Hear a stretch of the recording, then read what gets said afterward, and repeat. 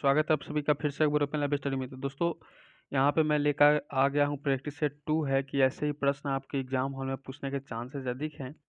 तो बहुत ही कम समय रह चुके हैं, जिनका भी 14 तारीख को एग्जाम है उनके लिए काफ़ी कम समय रह चुके हैं। अब इन दिनों आपको क्या करना होगा, तो स्ट्रेटेजी क्या रहेगी आपकी, तो आपको सिर्फ सेट लगाना है। आपके पास अगर बुक्स होंगे उनका भी सेट लगाते चलिएगा, ठीक है। रोज़ाना प्रैक्टिस करते रहिएगा और साथ ही मैं बता दूं कि प्रैक्टिस सेट जो मैं दे रहा हूँ सारे इम्पोर्टेंट प्रैक्टिस सेट बनाकर दे रहा हूँ, तो आपको भी ये चीज़ लेते रहना है।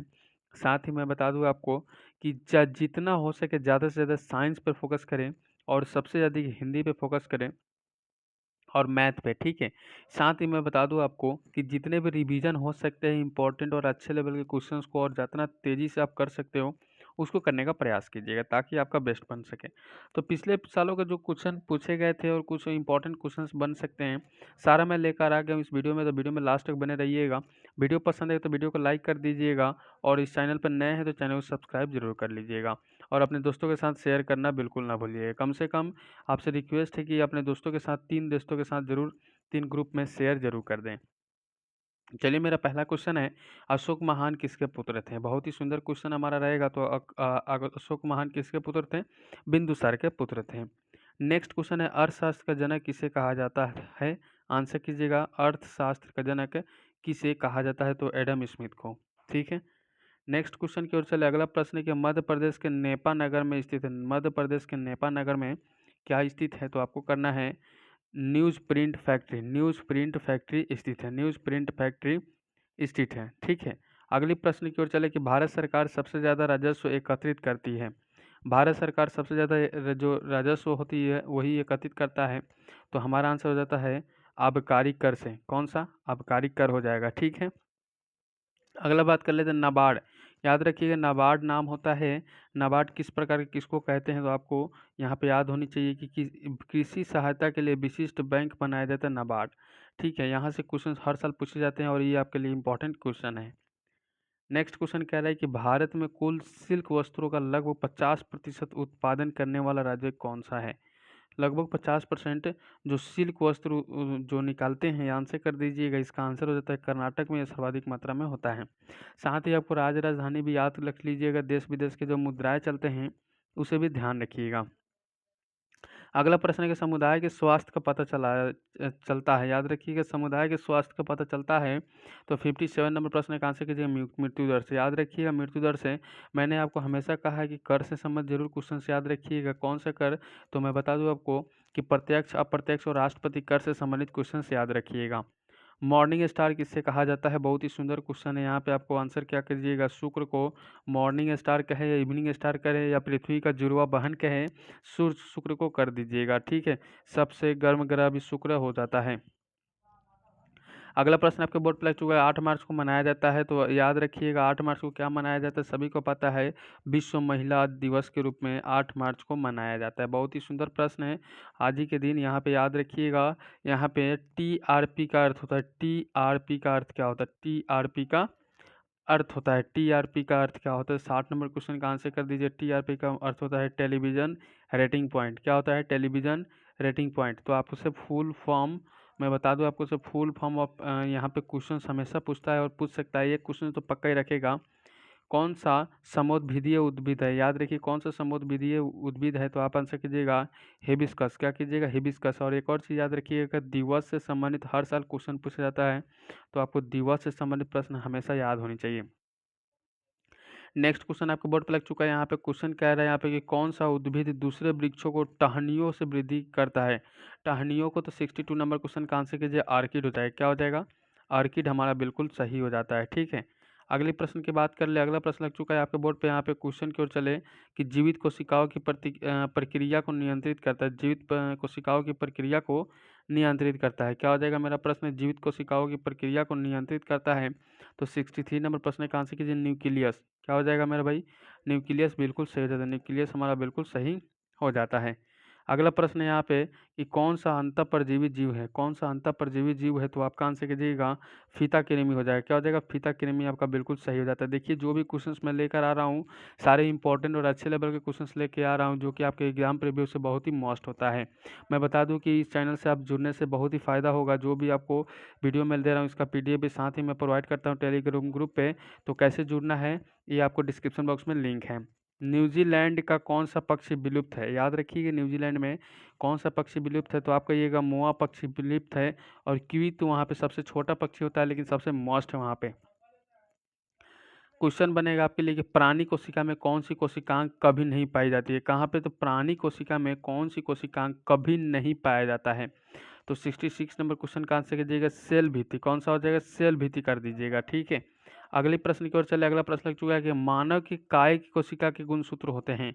मानव की काय कोशिका के गुणसूत्र होते हैं, तो 67 नंबर प्रश्न का आंसर कीजिए 46। याद रखिएगा अगर डायरेक्टली अगर गुणसूत्र संख्या में कहे तो 46, अगर यहाँ पे कह दे आपको कि जोड़ा बताइए तो 23 कर दीजिएगा। इसके साथ ही याद रखिएगा आपको कहेगा कि बच्चे का लिंग निर्धारण किससे होता है, तो याद रखिएगा पिता से होता है। और हमेशा याद रखिएगा पुरुष में XY होते हैं और महिला में XX होता है। अगर XY मिले तो लड़का होगा और XX लड़की तो लड़की होगी।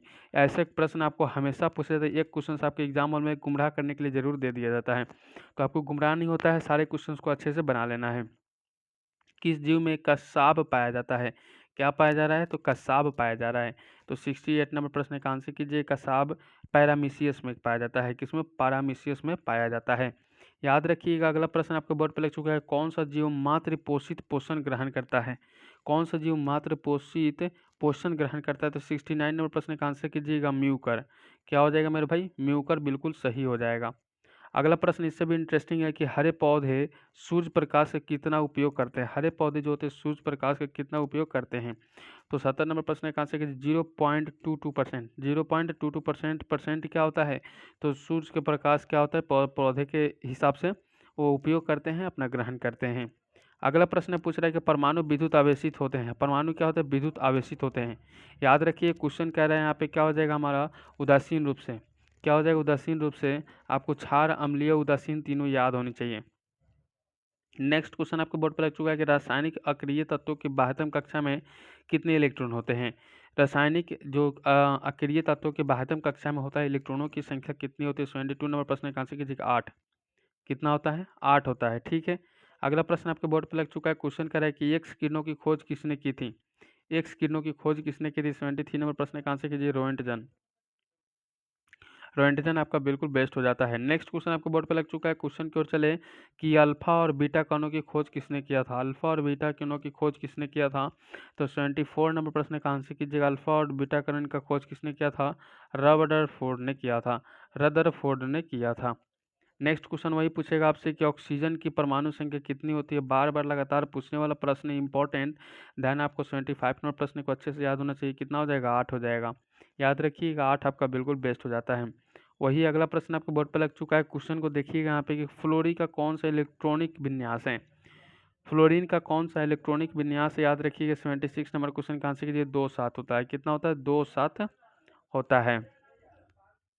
नेक्स्ट क्वेश्चन कह रहा है कि क्षारक धातु कौन सा है? क्षारक धातु कौन सा है? याद रखिए 77 नंबर प्रश्न कीजिएगा क्षारक धातु कौन है? तो लिथियम हो जाता है। क्षारक धातु कौन से होते हैं? लिथियम हो जाते हैं। ठीक है, लिथियम हो जाता है। अब यहाँ पे याद रखिए सबसे बड़ा धातु पूछे या सबसे ये चीज़ें पूछे, सबसे छोटा धातु कौन सा होता है? लिथियम हो जाता है। और ऑस्मियम सबसे बड़ा होता है।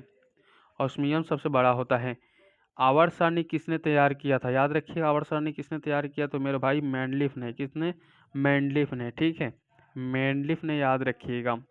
नेक्स्ट क्वेश्चन क्या आएगा? शून्य वर्ग के तत्वों को किस नाम से जाना जाता है? क्या क्वेश्चन रहा है कि शून्य वर्ग के तत्वों को किस नाम से जाना जाता है? 79 नंबर प्रश्न का आंसर कीजिए अक्रिय गैस। याद रखिएगा मैं तेजी से इसलिए करा रहा हूँ ताकि आपके पास कम समय है और आपको रिवीजन भी करने हैं और सारे बुक्स भी पढ़ने हैं।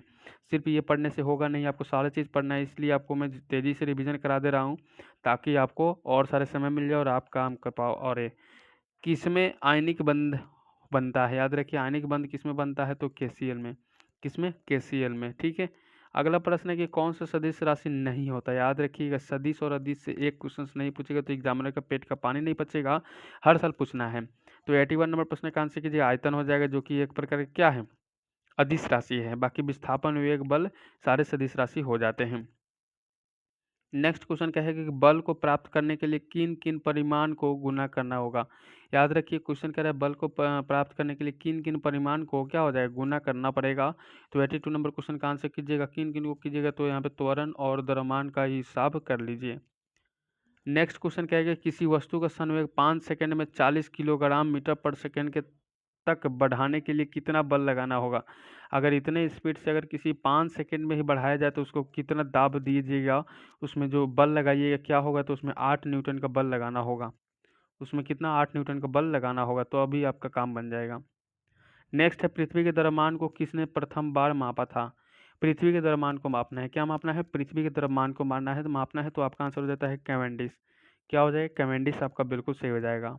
चलिए अगला प्रश्न आपके बोर्ड पे लग चुका है कि गुरुत्वीय स्थिरांक जी का, याद रखिए जी का इकाई क्या होता है, जी का इकाई क्या होता है, तो 85 नंबर प्रश्न का आंसर कीजिएगा। जी का इकाई हो गया गुरुत्वीय स्थिरांक का, तो न्यूटन मीटर स्क्वायर पर किलोग्राम स्क्वायर हो जाएगा। ये नंबर ऑप्शन आपका बिल्कुल सही हो जाता है।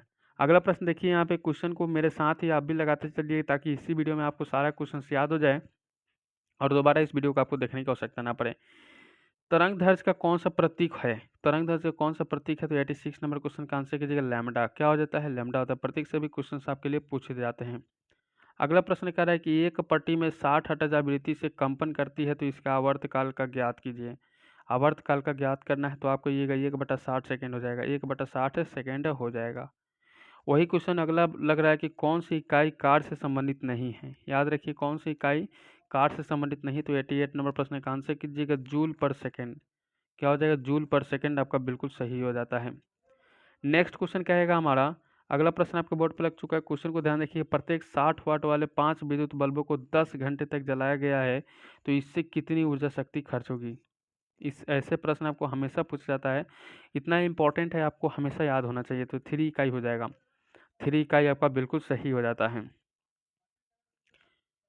अगला प्रश्न है आपका कि आज तक पृथ्वी के वायुमंडल का कितना उच्चतम तापमान मापा गया। याद रखिएगा आज तक की बात की जा रही है, तो 90 नंबर प्रश्न का आंसर 56.6 डिग्री सेल्सियस। ठीक है, 56.6 डिग्री सेल्सियस जो पृथ्वी पर वायुमंडल का कितना उच्चतम तापमान है ये मापा गया था।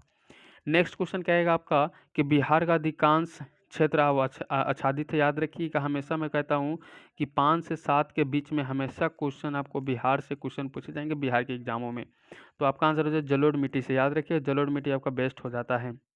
नेक्स्ट क्वेश्चन कहे तो आप कहिएगा कि भारत में परमाणुिक देशांतर रेखा है, भारत में परमाणुिक देशांतर रेखा है, तो 92 नंबर प्रश्न का आंसर कीजिएगा 82.5 डिग्री पूर्वी। क्या होगा, 82.5 डिग्री पूर्वी हो जाएगा, परमाणुिक देशांतर बोला गया है।